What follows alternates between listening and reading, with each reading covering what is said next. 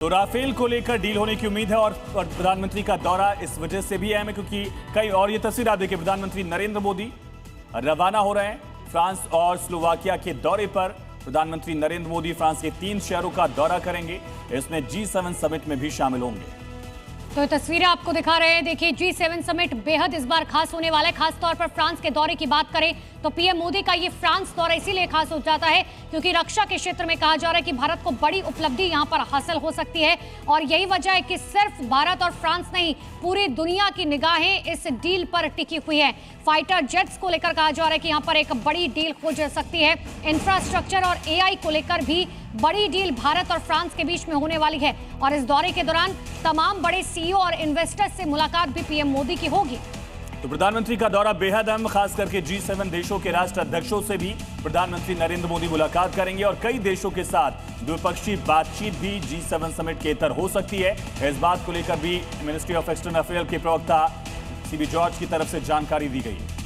अहम खबर, भारत और फ्रांस के बीच बड़ी डील होने वाली है। जी हां, पीएम मोदी का फ्रांस दौरा कई मायनों में बेहद अहम माना जा रहा है। पीएम मोदी की 1 हफ्ते की विदेश यात्रा के दौरान भारत को क्या कुछ हासिल होने वाला है, यह रिपोर्ट देखिए।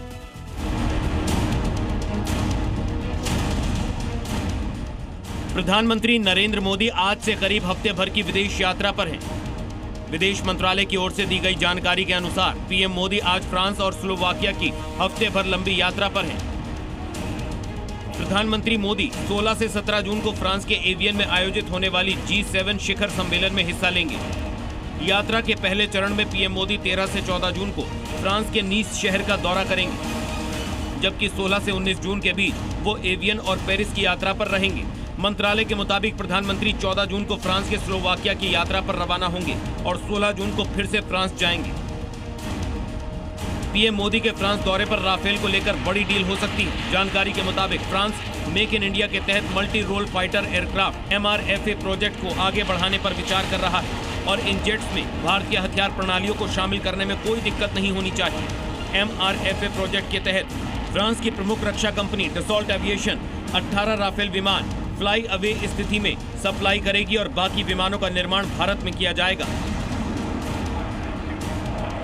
जिसमें लगभग 50% हिस्सेदारी भारतीय होगी। बता दें कि 2015 में मोदी सरकार ने 36 राफेल फाइटर जेट खरीदने के लिए एक फ्रेमवर्क की घोषणा की थी। भारतीय वायुसेना अब इन जेट्स का संचालन कर रही है। पिछले साल भारतीय नौसेना ने राफेल जेट के 26 मरीन वेरिएंट खरीदने के लिए 64,000 करोड़ रुपए का सौदा किया था। ब्यूरो रिपोर्ट, जी मीडिया।